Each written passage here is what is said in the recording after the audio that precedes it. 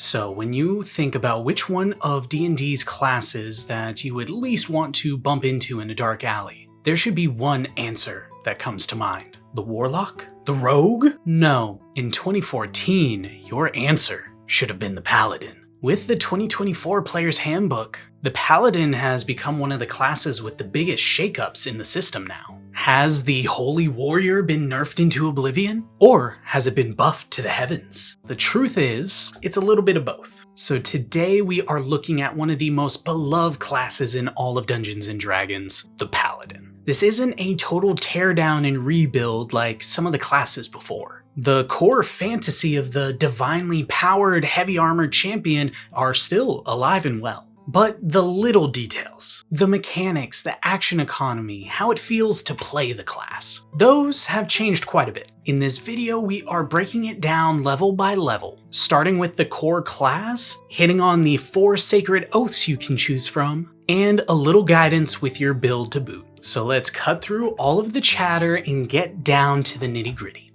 But before we get into the level by level, you need to know which bald-headed D&D YouTuber is giving you this info. My name is Sir Bearsworth, guiding creators, shaping worlds, and forging heroes. And before we start dissecting the main class itself, we need to ask, what is a Paladin? The 2024 Paladin is still the frontline martial warrior, mixing weapon attacks and divine magic. Your most important stats are still going to be strength and charisma. Strength will be letting you swing big weapons and wearing even bigger armor, while charisma will fuel your spells, your auras, and a ton of the best class features. You are still a tank, a damage dealer, and a powerful support character rolled into one. So let's walk through the main class features level by level so you know what you're in for. At level 1 is where we experience some of our biggest and most exciting changes. First up, you still get your classic Lay on Hands. This is your magical pool of healing equal to 5 times your Paladin level. The big news here is that it only costs a bonus action now.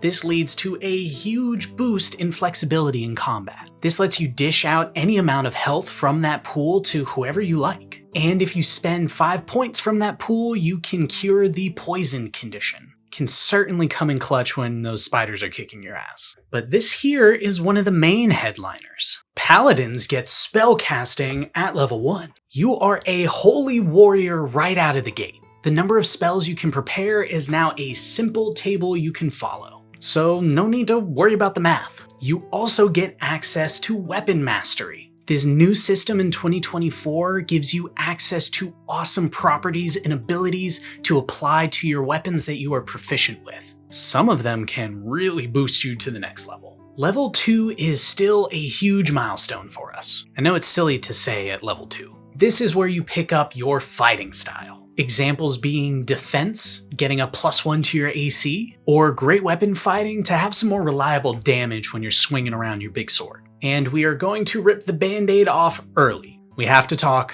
about Divine Smite. The old feature is gone, and in its place is the new feature called Paladin's Smite. This gives you access to the Divine Smite spell, no longer a class feature, and you always have it prepared.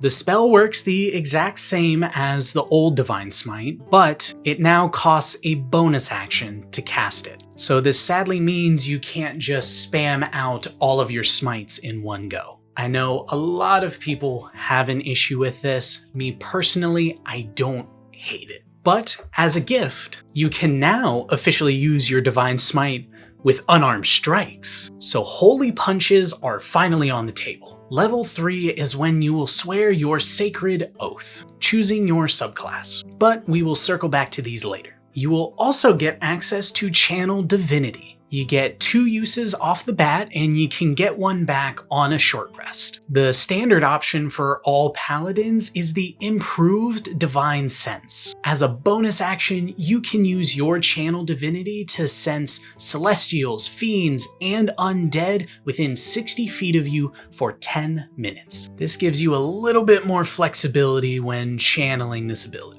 At level 4, we get our first ability score improvement, or feat. As usual, you'll get more of these at 8, 12, and 16. I know I kinda glazed over that Divine Smite controversy, so you guys let me know. What do you think about the changes to Divine Smite? Let me know down in the comments below. Plus, if you've enjoyed the video so far, do me a huge favor and hit that subscribe button. I've got plenty more of these class overviews on the horizon, as well as wonderful DM guides. But let's get back to level 5.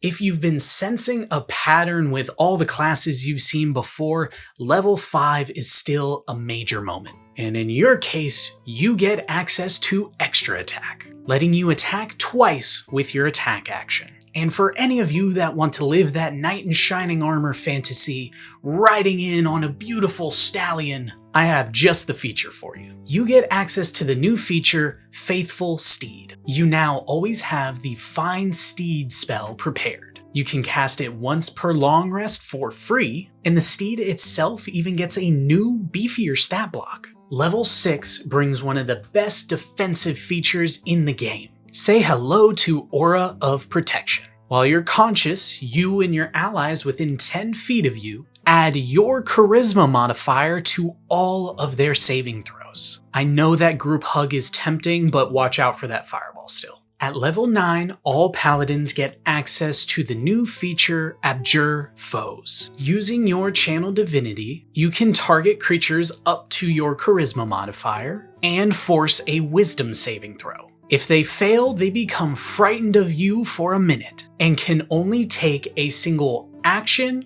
bonus action, or move on their turn. This is a serious level of battlefield control. At level 10, your defensive power grows with Aura of Courage. You and your allies within your aura are now immune to the frightened condition. It also clarifies here that if an ally is already frightened and they enter into your aura's radius, that condition is now suppressed. Level 11 brings a wonderful damage boost in Radiant Strikes. Whenever you hit with a weapon or an unarmed strike, you deal an extra 1d8 radiant damage. This costs no resources and is always on. Level 14, Lay on Hands gets a wonderful upgrade in Restoring Touch. You can now spend 5 hit points from your pool of healing to remove several conditions, including blinded, charmed, deafened, frightened, paralyzed, or stunned. Can't count the number of times this would have saved my party in a pinch. At level 18, your auras get a massive boost, literally. You get Aura Expansion, now extending your Aura of Protection and Aura of Courage out to 30 feet. At level 19, you get access to your Epic Boon, and interestingly enough, you don't get a level 20 ability from the core class. You get it from your subclass. Let's go take a look. At level 3, you swear an oath that will define your character going forward. The player's handbook includes 4 options, all of them reworked for the new system. Let's take a look. The Oath of Devotion, the classic knight in shining armor. At level 3, you get Sacred Weapon. Your channel divinity lets you add your charisma modifier on top of your attack rolls for the next 10 minutes. And the best part is you activate this as part of your attack action, not having to burn any of your other actions to get it started. Plus, your sword starts glowing. Super cool. At level 7, Aura of Devotion. Your Aura of Protection now grants you and your allies immunity to the charmed condition. No more Fae shenanigans in my campaign. At level 15, Smite of Protection. This is a brand new feature where offense meets defense. Whenever you use your Divine Smite, you and your allies within your aura now gain the benefits of half cover, giving you a bonus to AC and dexterity saving throws. At level 20,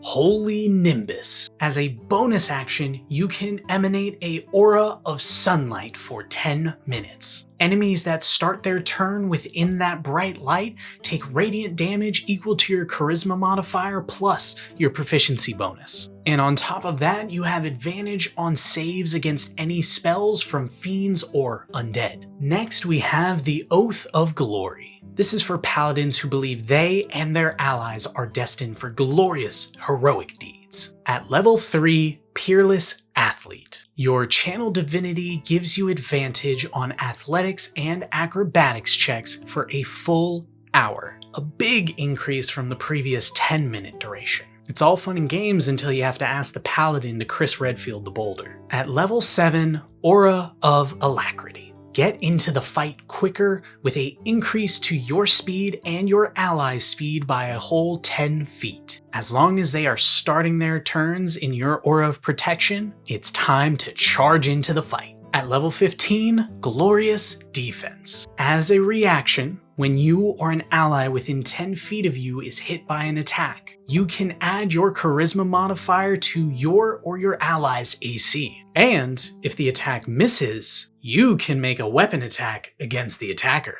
At level 20, Living Legend. As a bonus action, you gain advantage on all charisma checks for the next 10 minutes. Plus, you can reroll one failed saving throw as a reaction once per turn. And to top it all off, if you happen to miss your target, you can choose to turn that miss into a hit. They never tell stories about the hero that missed the big beast. Next up, Oath of the Ancients, a nature-themed warrior who protects the light and life of this world. At level 3, Nature's Wrath. Your channel divinity forces creatures within a 15-foot radius to make a strength saving throw, or they are restrained by spectral vines for a minute. Level 7, Aura of Warding. You and your allies gain resistance to necrotic, psychic, or radiant damage while they are within the bounds of your aura. Nice little bump in survivability. At level 15,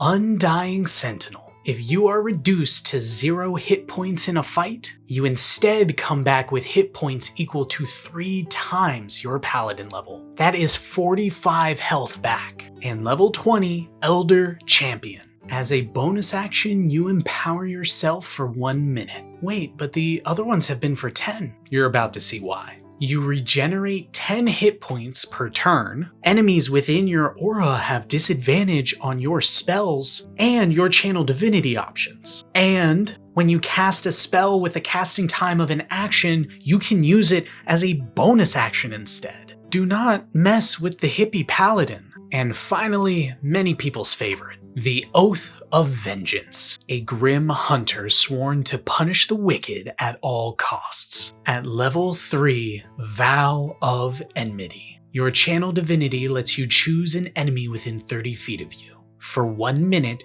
you have advantage on all attacks against them. And a nice change here, if you happen to kill your first target, you can move it over to another without burning an action. Level 7, Relentless Avenger. When you hit a creature with an opportunity attack, you can reduce their speed to 0 for the turn, and then move up half your speed to cut off any escape they were hoping to make. At level 15, Soul of Vengeance. As a reaction, when the creature under your Vow of Enmity makes an attack, you can make a melee attack against it. And level 20, Avenging Angel. As a bonus action, you transform for 10 minutes, sprouting wings with a 60-foot fly speed and creating a frightful aura. Enemies that start their turn within your aura now must make a wisdom saving throw or be frightened.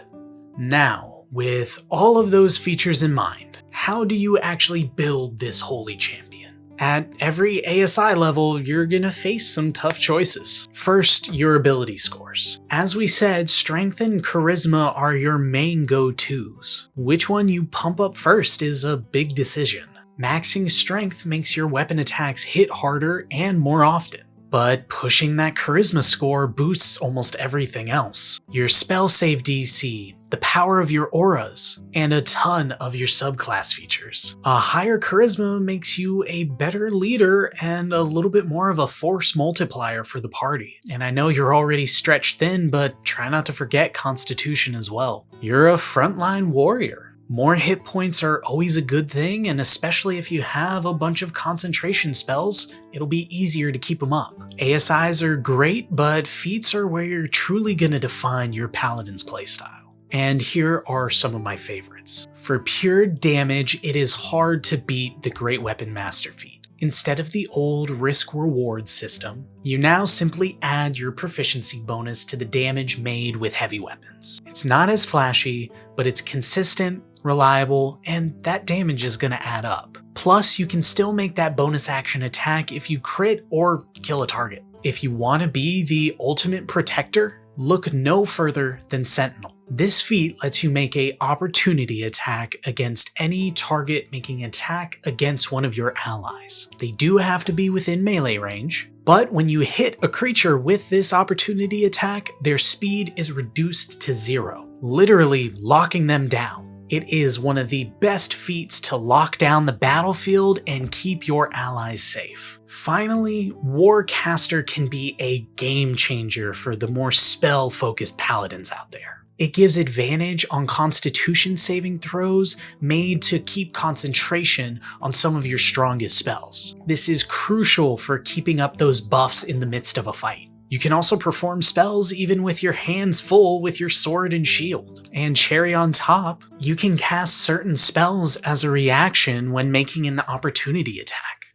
So, what's the big picture for the 2024 Paladin? While some of the crazy burst damage is long gone, the class's identity feels so much stronger and more consistent from start to finish. The class feels less like a one-trick Nova pony, and more like a relentless, tide-turning force on the battlefield, forcing you to balance between your powerful features and your spells to control the fight and keep your team alive. But hey, that's just my breakdown. What do you think? Are you excited to play the new Paladin? Let me know all about your builds and hot takes in the comments below. And if this video helped you out, do me a favor and hit that like button. And don't forget to subscribe for more class overviews in the future, as well as more of those DM guides. But until next time, I'm Sir Bearsworth, guiding creators, shaping worlds, and forging heroes. Stay righteous, and I'll see you at the table. Bye.